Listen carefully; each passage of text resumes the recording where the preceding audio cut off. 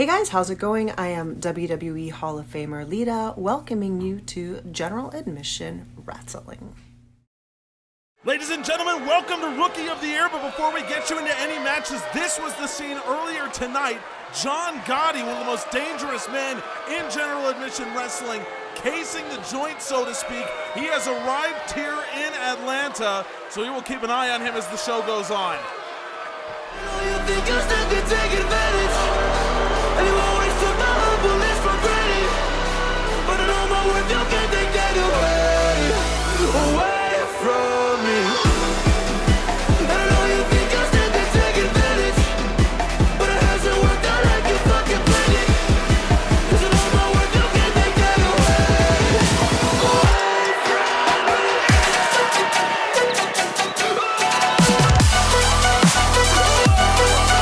Very dangerous situation to put Takahashi, the opening match here tonight with just 3 matches to go for every competitor. Takahashi versus the upset king, Dorian Wayne Bush. Already has defeated Adonis Carter and Franky Omega Jr. This is a man who knows how to deal with the best.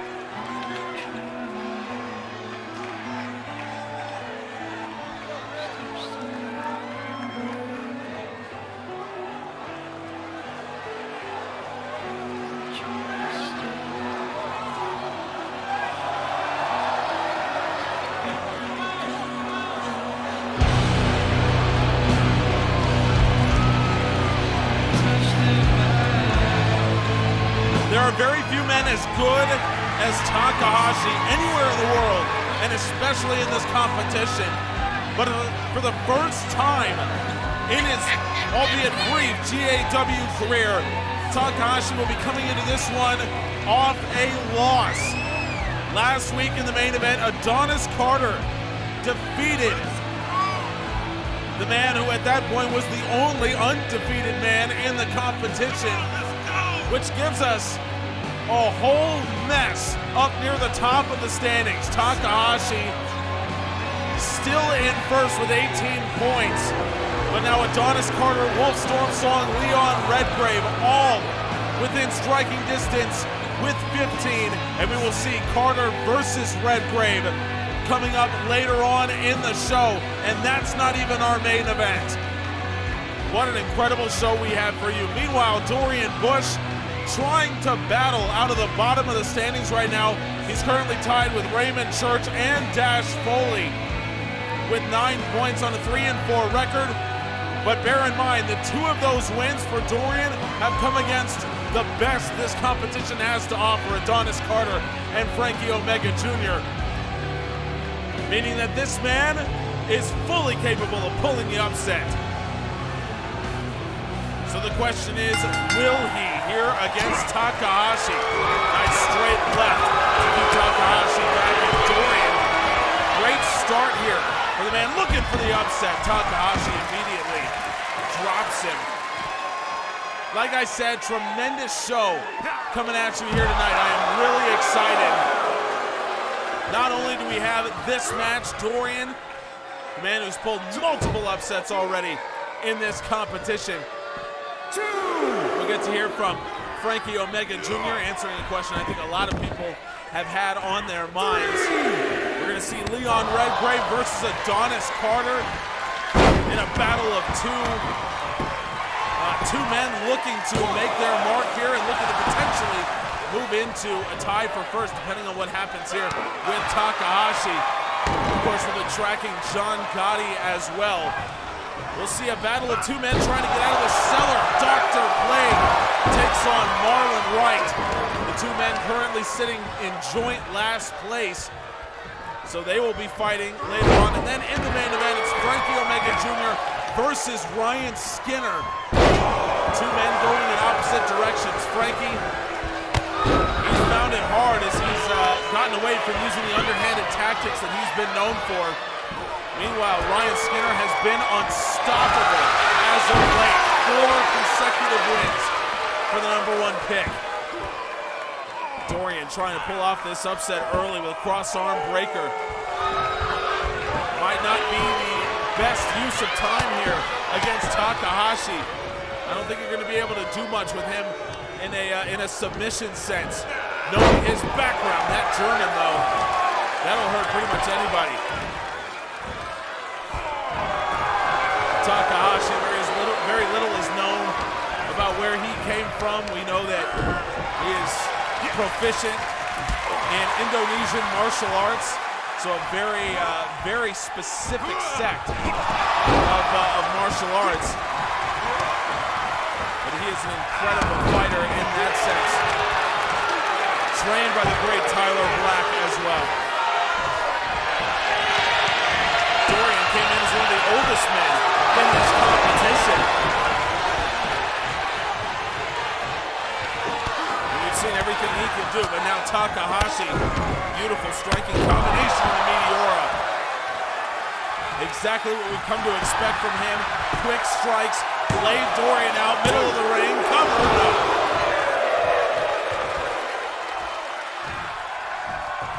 So we're getting to see a part of Takahashi that we have never seen before, and that's how he reacts to a loss. And so far, it's been pretty good. Very even keel has Takahashi been so far, but now Dorian looking to take advantage. Quick strike, and it's a package pile driver. Dorian pops out of that package pile driver. Takahashi just able to get to the rope. That is ring awareness for a man who had very few matches of any kind under his belt before he got here. That's why so many people like Takahashi, because he has adjusted to this sport so well. And now Dorian, once again, trying to hit him with that Fujiwara armbar, and Takahashi, you see that, was not perfect in his ring awareness, could have grabbed the ropes again, instead decides to roll out of it. But now he's back on top. And now Takahashi, he's gonna take to the skies. Oh, Tope Carnero. We never see that from Takahashi. We've almost never seen him fly like that. And the fans here in Atlanta absolutely love it. Takahashi and Dorian Wayne Bush are delivering us a barn burner to start off week 8 of competition. I think Dorian's been busted open, the tope and the knee, and now Takahashi starches it with that kick. Takahashi hooks the leg. What a match.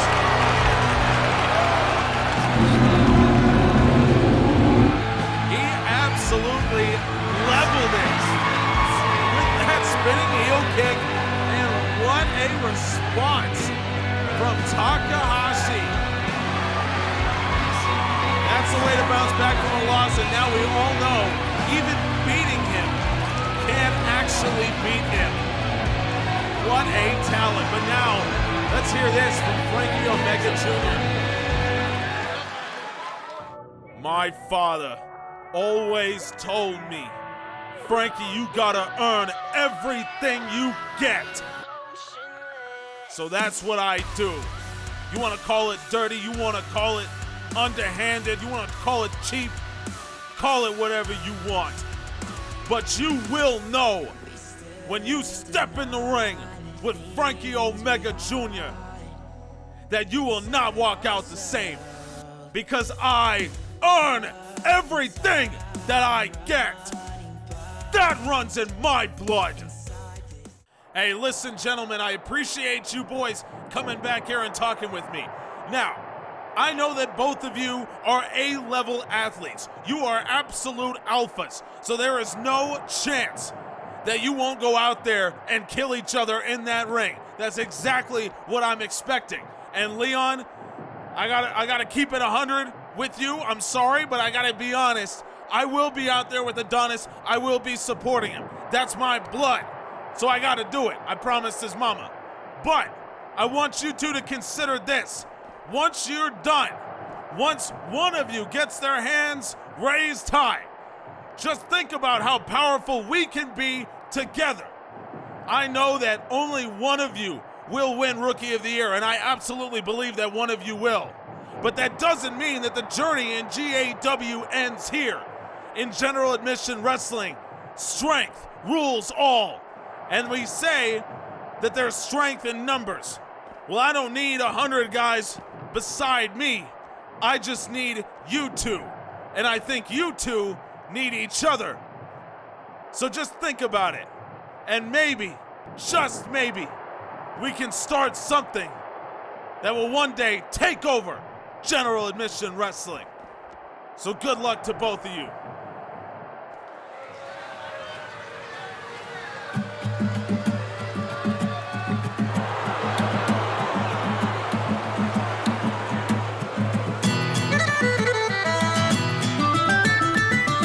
So Satin Cedric starting to get out front of things here, but he is not the first man that we've seen trying to entice these young wrestlers. I mean, you got to think about the position they're in.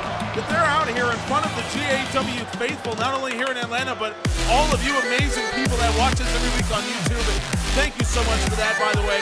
Without your support, we could not do a series like this. But they're out here and they're just thinking, where am I going? What is my destiny in general admission wrestling? So Satin Cedric not the first to try to give them a direction. Pocket full of them bad, cause I be killing it. Play around with them bad, cause I be killing it. I don't think I'm stacked, cause I be killing it. Yeah, I take your girl, cause I be killing it.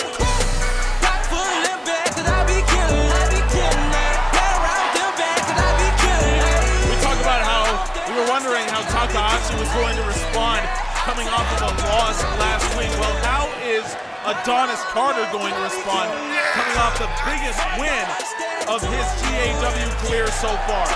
It's not the biggest match. He, of course, did fight Derek Cole on Evolution, the Apex champion, a couple weeks ago. A match that he earned because of Kurt Andrews, who now is Derek Cole's #1 contender. But this is the first massive win that he's had. So how does he refocus? With Satin Cedric in his corner, I would say that he's going to refocus pretty damn well, but we just need to find out. What he did against Takahashi that was so brilliant was he leveraged his athleticism, and Takahashi was unable to stop him from flying. Leon Redgrave is going to have to do the same. Let's see if he can. Immediately, Redgrave going to the outside. Oh, Redgrave, powerbomb position. Carter, he's in big trouble. Adonis Carter is able to escape. I think Redgrave might have been thinking apron bomb right there. Redgrave, it's well known, idolized Kevin Steen when he first began wrestling. Kevin Steen, of course, the most famous purveyor of the apron bomb. Adonis Carter was able to avoid the worst. So this would look like a pretty favorable matchup for Carter at the moment, because he did just come up against the most prolific striker in Rookie of the Year and defeated him. Leon Redgrave, very much the same. He was rated alongside Takahashi in terms of his striking ability. You can see the confidence, and Redgrave again backs him up against the ropes. So we're seeing Carter now sort of come back to earth after the adrenaline rush of winning that match against Takahashi. Redgrave not gonna let him back up. Massive right hand.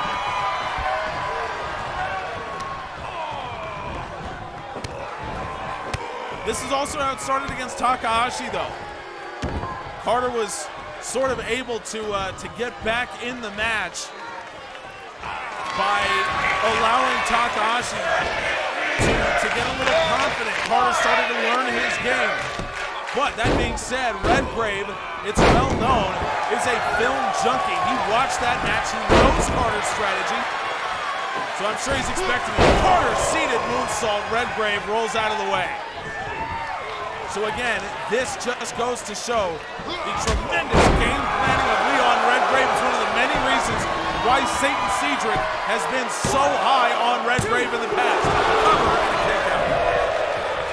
This is not the first time we've seen Cedric speak to Redgrave directly and basically recruit him, telling him he can benefit from Cedric's services. What services those are, I don't know yet, but we'll find out. Redgrave, that kick caught. Nice takedown from Carter. And now Carter gonna go to work. The quick striking that we expect from Adonis and a quick cover. Unexpected off that kick. Kick out at one from Leon. And now Leon able to respond as he did before. What a running knee. Takes Carter down. That one caught him right in the jaw. Now Redgrave powerbomb position again. And Carter again able to fight out of it. That time Carter, he's got the powerbomb scouted from Leon and maybe even the London Bridge, which we know Leon likes out of that position. Beautiful step up Hurricane Rana. Carter is so smooth, he's so fundamentally sound, it's what makes him dangerous. Now, Carter, double underhook and a backbreaker. Oh, he loves that. Carter starting to really find his groove in this match. It took him the better part of 4 minutes, but Carter now, frog splash, and looking straight at his uncle as if to say, this is exactly what we've been planning. Let's see how well that planning did work out. Carter, single underhook. He's looking for the Chicago skyline, or the Chicago Masterclass rather, but Redgrave was all over it. Hip toss, and now Redgrave pulling him back into the cover. Carter kicks out at one. Chicago Masterclass a no-go, but now Carter baited him in, and he's gonna go to work. Leon fans. It's like a unicorn. How often does Leon Redgrave fan on that strike?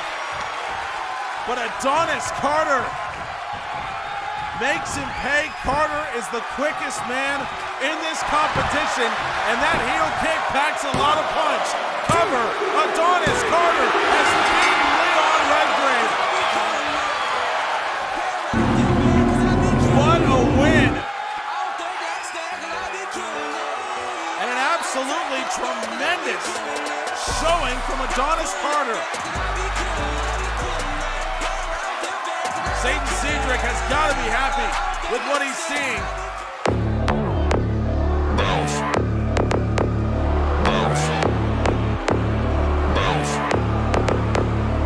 I got a bottle of Patron and some lights on.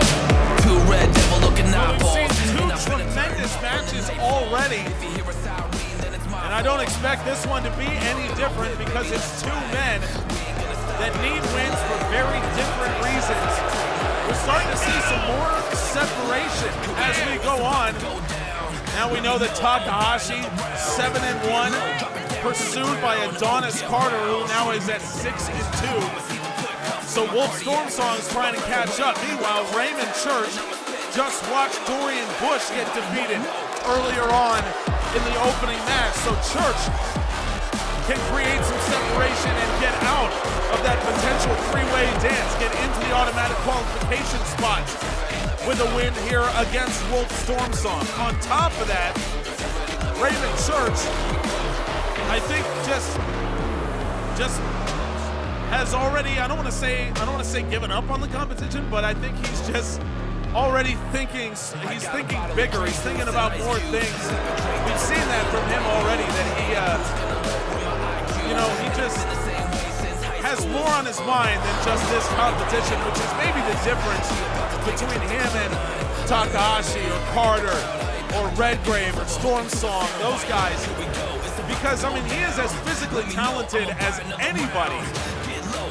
But even when he was on Evolution a couple weeks ago trying to make a pitch to team with Lighter, he was just not focused as you'd expect him to be.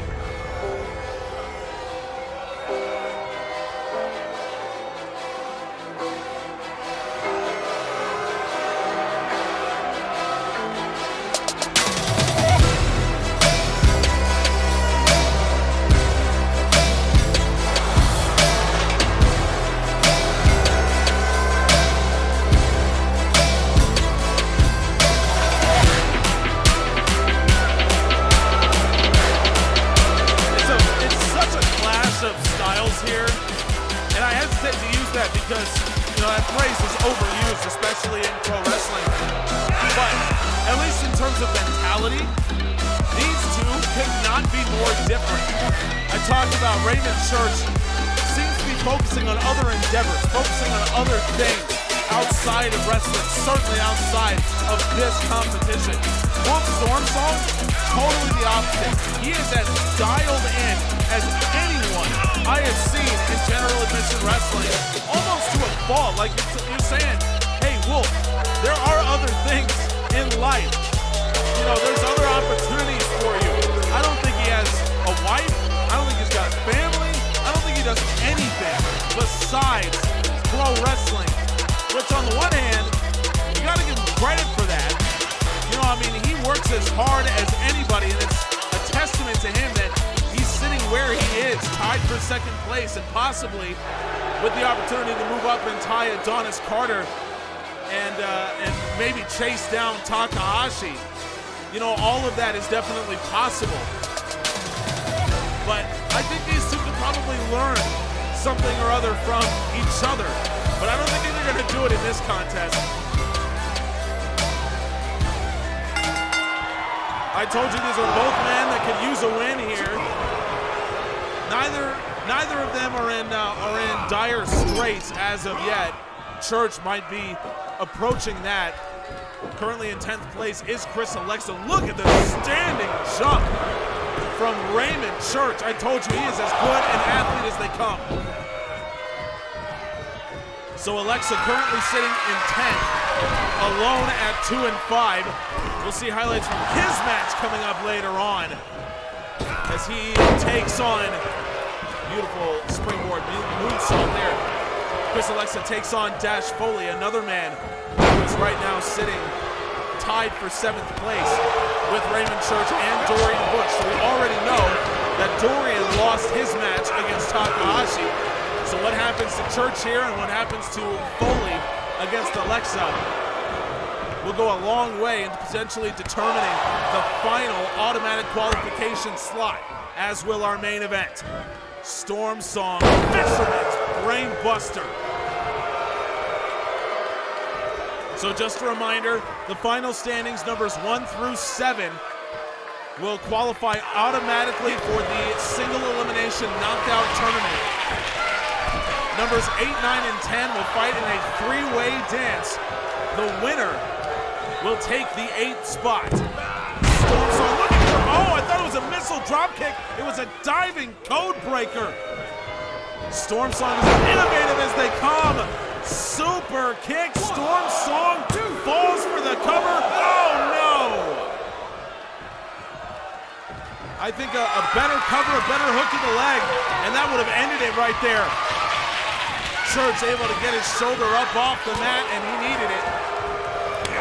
And now Church fires back, knife edge chop after Stormsong had really gotten the best of him, but Church answers. Double knee, face breaker, sort of like a code breaker in its own right. And now suddenly Raymond Church back up on top. King Kong lariat from Church, and another one. Stormsong back to his feet. That is the toughness of both Stormsong, but Church back heel trip takes him down. Stormsong, he caught him. Stormsong uses the core strength, caught Raymond Church. No! Stormsong was trying to steal it there.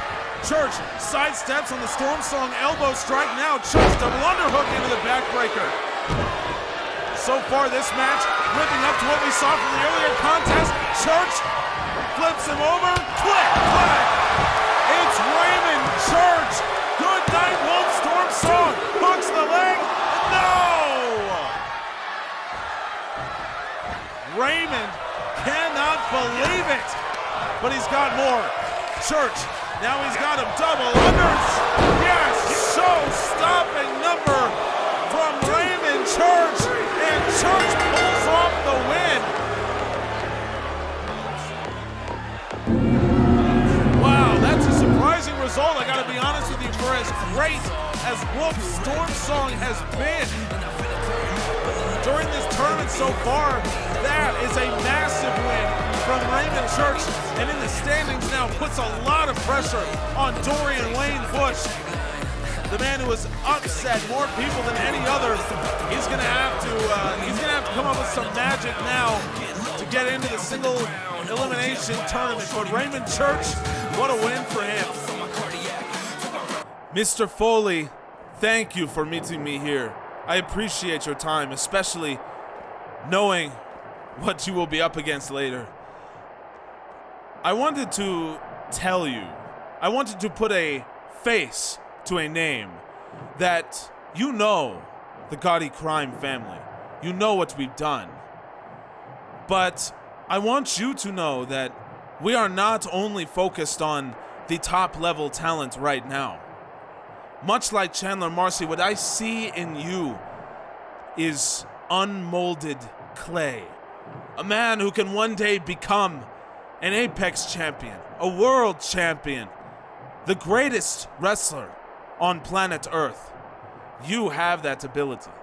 And I think that even you can admit that it hasn't all been there for you so far. But that is just youth, my friend. We've all been there. No, what you need to focus on now is winning this competition. And I will be watching. The Gotti crime family will be watching. Hey! It's the Godfather himself, Mr. Gotti. Look, man, I'm glad to see you here because I want to tell you this, right? You know, you walk around here and you got one on right now. You got a $10,000 suit on. How much that chain set you back? You know what? I'm gonna say about 25 grand, 50 grand, whatever. But I never seen you walk around with no women, man. I mean, what kind of godfather are you if you don't have the females next to you? I mean, have you seen the movies? Come on, baby. But that's why you need me around. You just saw what I did out there. Nobody was giving me any praise, but I went out there, I smacked the smile off of Wolf's face, and then I buried his ass, and I'm about to go right now and hang out with my fine ladies. And that's the sort of thing, Mr. Gotti, that you could have in your organization. That's what I can bring to you. Mr. Church, I appreciate the sentiment, but I must respectfully decline.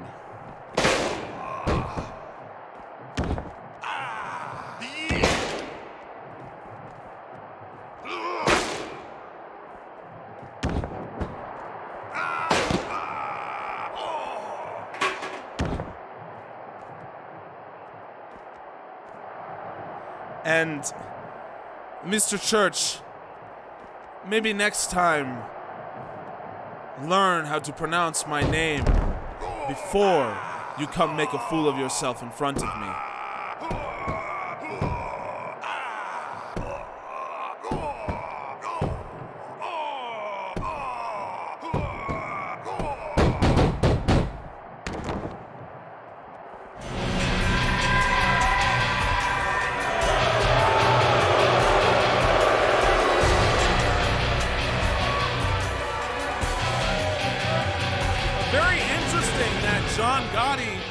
Choose to speak to Dash Foley. I mean, not to disrespect Dash at all, because, I mean, we know what he's capable of. We know how good he is.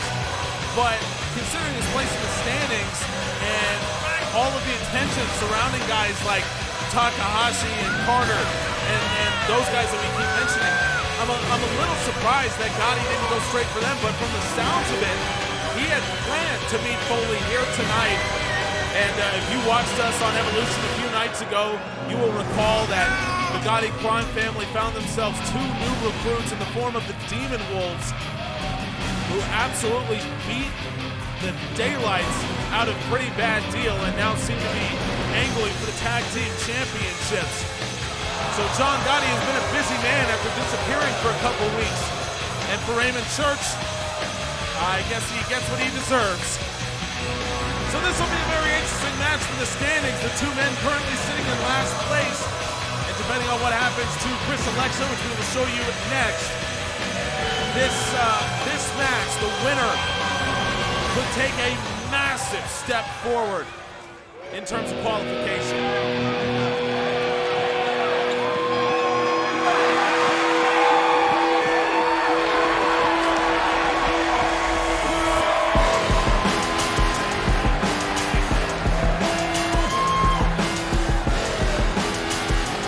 Marlon Wright has been, I want to say, unlucky, to be quite honest with you. He has been in some very close matches, some great contests, but, you know, it happens to everybody that sometimes you just end up on the wrong side of those types of matches, and unfortunately for Marlon Wright, that is exactly how things shook out for him. So let's see if he can get on the right side of this match. But the real question is, Wright's go-to finishing maneuver, the truth, the sheer drop brain buster, can he get it against a 400-pound man? We're gonna find out here. Let's see if Wright even decides to try to hit the truth against Dr. Plague. No disrespect to the good doctor, but he has not been in such close matches, and I think a big reason of that, obviously when you have a man of this size, you know, it's very easy to just, you know, go back to what you know. You know, you understand that you're bigger than everybody, and so you can use that to your advantage, and we're seeing it from Plague early on against Wright. But for Dr. Plague, I think that's been too much of what he's been trying to do. He has not been versatile enough, and so you've seen people beat him with so many different strategies. It hasn't just been the finishing maneuvers that Dr. Plague would have been game planning for. We saw Wolf Stormsong with springboard double foot stomp that we hadn't seen from him before. We've seen guys win with roll-ups of Plague, trying to get him in pinning predicaments. We saw Chris Alexa beat him with a spear. And all kinds of different strategies that we've seen employed against Dr. Plague that he just hasn't learned how to counter yet. I'm told that he had no professional matches before coming here to GAW, so he is the most inexperienced man in this competition, fighting one of the most experienced in Marlon Wright, at least in terms of time in GAW.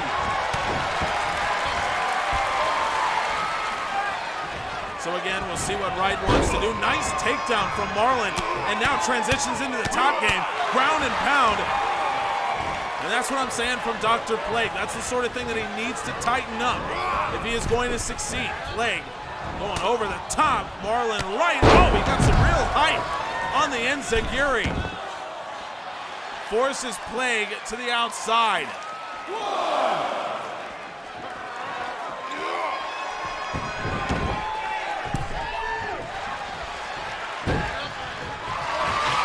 Right now, we've seen men try to beat Plague by going up top. Wright's gonna do the same.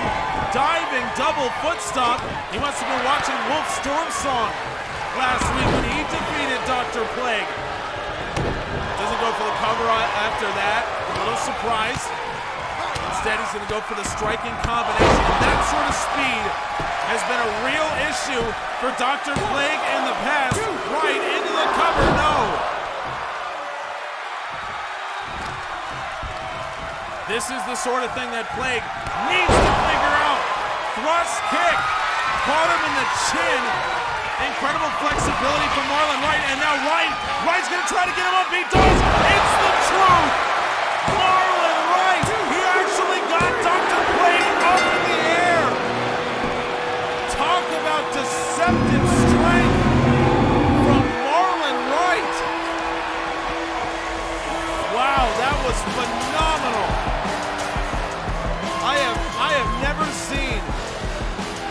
have never seen a man with such a deceptive level of power. Marlon Wright gets the win and makes a tremendous leap in trying to get to the three-way dance and get into the single elimination. But Chris Alexa's result is going to have a lot to do with whether Marlon Wright can advance. So how did Alexa fare when he took on Dash Foley? Well, it was an early advantage for Alexa. He started off hot. He's been getting better and better every week, as we've noted. But it all unraveled when he went for the spear. Foley had tracked it all the way. Knee to the jaw, and then Foley, a classic six-shooter to pick up the victory. So that leaves Alexa tied with Marlon Wright in joint 11th place, or 10th place rather, just one win away from catching Dorian Bush. Main event is up next, but first let's go backstage to our team captains. All right, Kurt, I really hate to ask you this question, but after this, we're going to have 2 weeks left in the competition. So, how are you feeling right now? Eddie, I am insulted that you would even ask me that question after what happened on Monday. Do you even watch the product, Eddie? Yes, Kurt, I watched the product. I was trying to ask you about the Rookie of the Year tournament. You're a team captain, Kurt. Do you have an opinion? My opinion is this team captain is about to be the next Apex champion. Look, I want to talk directly to Derek Cole. Derek, I really appreciate the advice you gave me. I really do. I'm not joking with you. When you came in here and told me that I needed to be better, you are absolutely right, but you look at the turnaround that my team has made, that my best wrestler has made. We'll see that in the main event as well. Derek, I'm sorry to say, you unleashed a monster.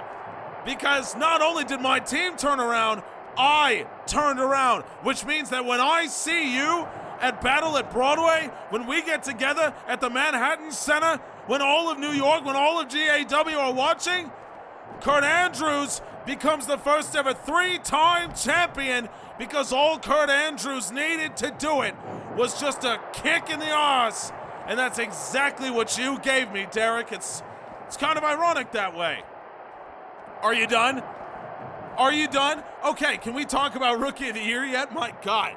So, here's what we saw. Adonis Carter, he is the real deal. And I told Takahashi, I talked to him last week, I said, look, a loss is okay. It's totally fine. And you obviously see that he has internalized that lesson so much better than I would have expected. For a kid as young as he is, he's 20 years old, and he's already has this level of emotional maturity that most people, most veterans don't have. I'm looking at you, Kurt, frankly. I'm not gonna sugarcoat it. And as far as the main event does go, I have not said a word to Franky Omega Jr. He's not been around the locker room. He's not been around the gym. He's not been around Team Hernandez at all. So all I can say is it's obvious that he is freakishly talented, but he's also young. He's reliant on the dirty tactics. We've seen it every time he's fought. And if I were giving him advice, I would say that it would be more important for you to get in the gym and work on your game rather than work on the cheating. I can tell you that he's not going to cheat against my boy. That's what I know. 4 wins in a row for Mr. Ryan Skinner. You think that's going to end against a petty wannabe former son of a tag team champion? What did I just say? I don't know. What did you just say? I lost track. It's so. I really don't. No, what I was saying was Franky Omega Jr. I respect him in a way, but I gotta tell you this, as far as skill level, you're not even on the same planet as a Mr. Ryan Skinner. That is the kind of man that well after Kurt Andrews retires could be, and very well will be, an Apex champion. So Derek, you got more men to worry about. It's not just Kurt, it's Ryan Skinner. And maybe look over your shoulder for TJ Frost. I don't really know. I don't want to give you advice, but, you scratch my back, I scratch yours type of deal. I will take your title, but at the very least, I could try to help you, stay away from TJ Frost until that point. All right, I'm leaving. I'm gonna go watch the main event. I'm not gonna enjoy it, but I'm gonna go watch it. Somehow I have more respect for Ryan Skinner than you do. I don't even understand.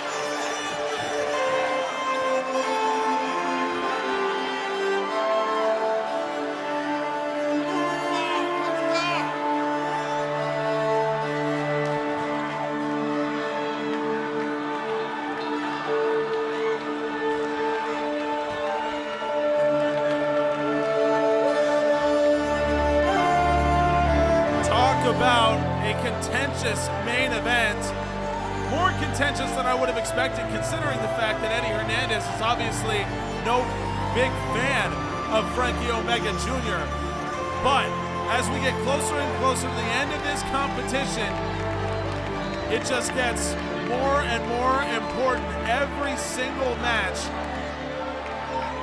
to be on your A game. And for Ryan Skinner, he has been on his A game like you would not believe. The man who has won 4 matches in a row against stiff competition as well. He has been actually now, following Takahashi's loss last week against Carter, Skinner has been the best in Rookie of the Year over the last 4 weeks. Can he extend that run to 5? He still does not have a play on first place now that Takahashi has won his match today.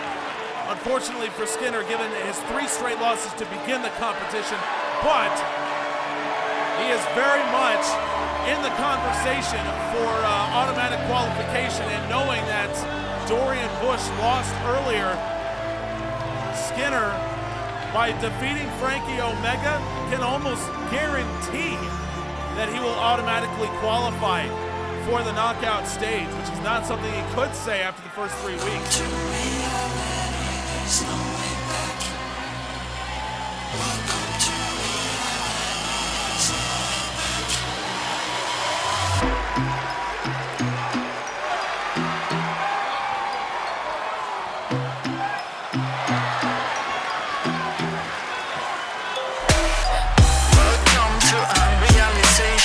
We came prepared to kill the operation. It ain't fair, but I feel like we're the nation.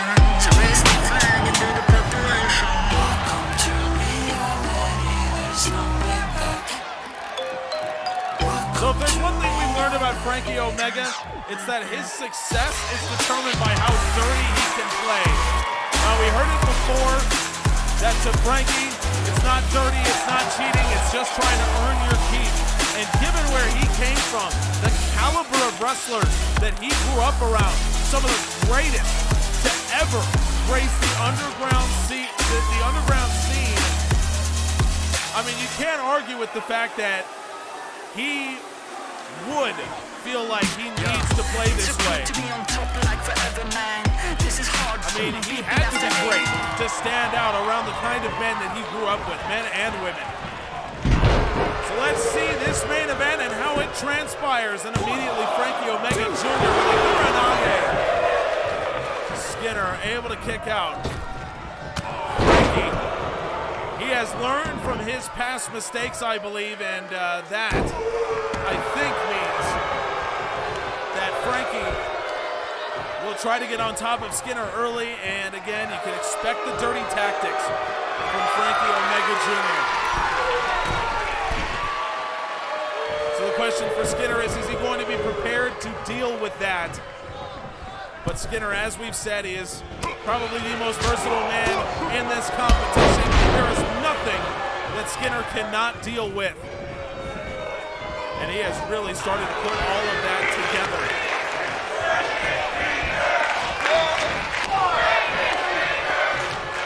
Franky's got a little bit of a cult following, I think, among the fans here in Atlanta. And to be fair, again, you got to respect where he came from, knowing that he needs to differentiate himself somehow, and that's exactly what he's trying to do. As for Skinner, this might be the toughest competition that he's had in this last 4 weeks of incredible form. No disrespect to the men he's fought, but Franky is a different animal entirely. We've seen it before. Skinner gets him up onto the shoulders, fireman's carry position, and drops him down. Again, the versatility from Skinner coming out, and now just waxing the face. Boom! What a shot! And now Skinner, ground and pound, going into the MMA stylings. Again, there's just nothing this man can't do. That's been the key over the last 4 weeks.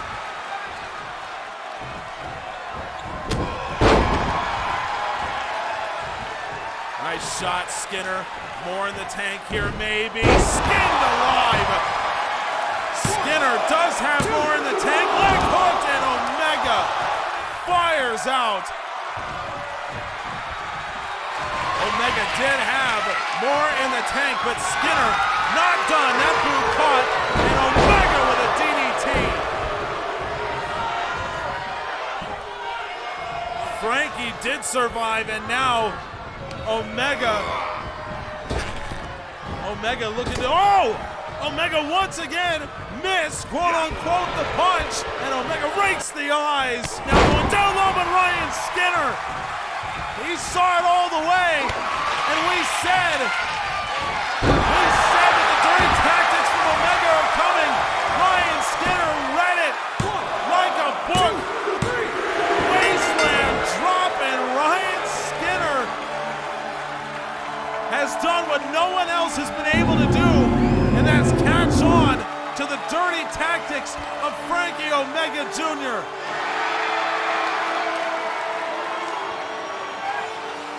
What a tremendous push from Ryan Skinner, knowing what was coming from Franky Omega. And for Skinner, it's 5 straight. What a performance. We will leave you with the standings.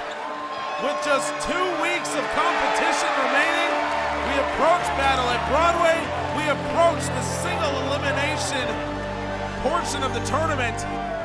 Adonis Carter chasing down Takahashi, now the only man within striking distance. Ryan Skinner moves into a tie with Wolf Stormsong and Leon Redgrave for second place. Wow. Can you believe? For Ryan Skinner, Dr. Blake sitting alone in last. Alexa and Wright will be battling for the final spot in the three-way dance. Just 2 weeks remain of Rookie of the Year, and I hope you join us for every second, because as we've seen, it is can't miss. We'll see you on Friday for Friday Night Storm and the fallout of Adam Cole winning the world title. We appreciate you.